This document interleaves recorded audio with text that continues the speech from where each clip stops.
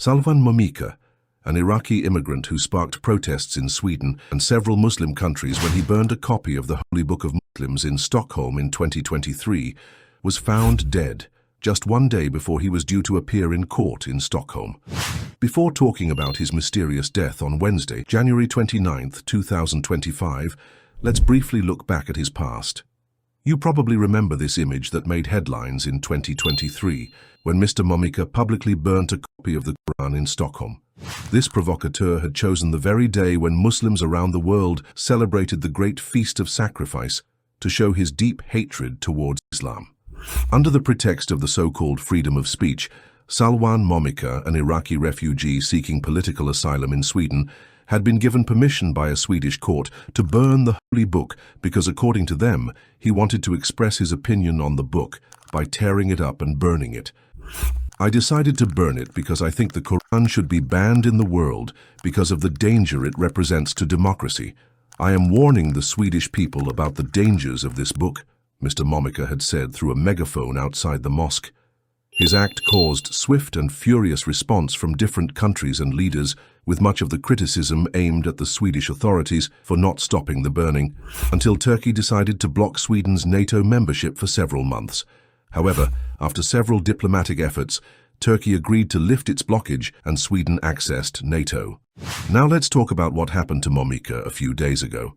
In fact, he had been set to appear in Stockholm District Court on January 30th, 2025, where the court would rule on whether Momika and his co-defendant were guilty of agitation against an ethnic or national group.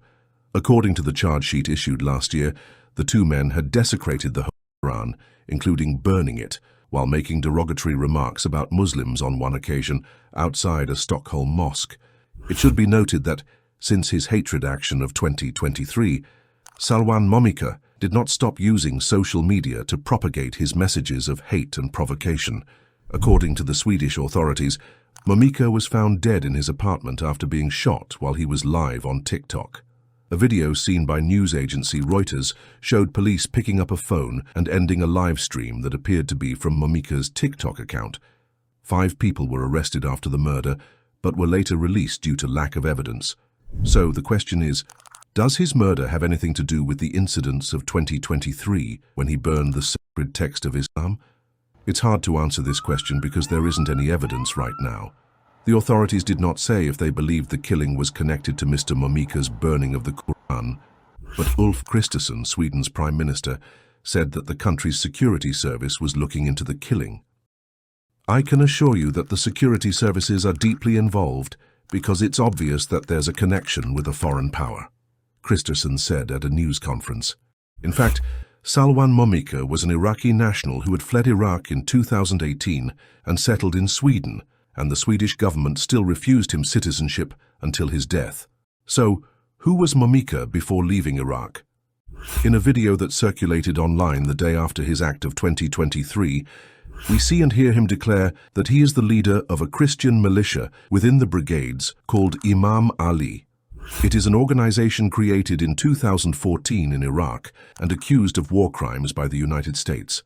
According to reliable sources, Momika commanded this militia in the city of Mosul until 2017, when he was defeated in a power struggle against Ryan al-Kaldani, the leader of another Christian militia called the Babylon Brigades.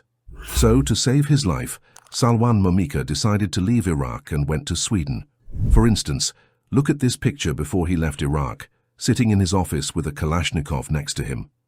When he arrived in Sweden, Momika volunteered to work for a Swedish far-right party known for its hostility towards Arab and Muslim migrants who live in Sweden.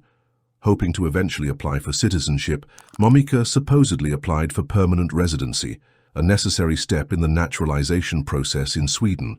However, the authorities rejected his request, saying that he had been sentenced to community service after having threatened to kill a man while holding a knife. It's not all. In 2023, Salwan Momika was faced with possible deportation for allegedly giving false information on his residency application, but Sweden's migration agency ended up granting him a temporary residency permit after deciding he would not be in security if he was sent back to Iraq. In March 2024, Momika left Sweden to seek asylum in Norway, saying that Sweden's freedom of expression and protection of human rights was a big lie. But Norway deported him back to Sweden several weeks later. So, with this brief overview of his background, you've got an idea of the kind of person he was. Militia leader in Iraq, far-right activist in Sweden, conviction for threatening to stab a citizen of the country that hosted him, and so on. That is why it is difficult to quickly rush to the conclusion of who is behind the murder of an ill-famed person like Salwan Momika.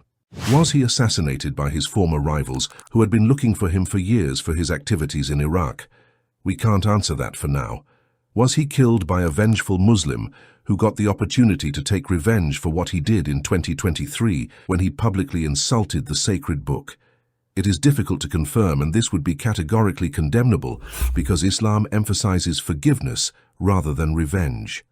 Was Momika murdered by people in Sweden who did not want his trial to go to the end for some political reasons?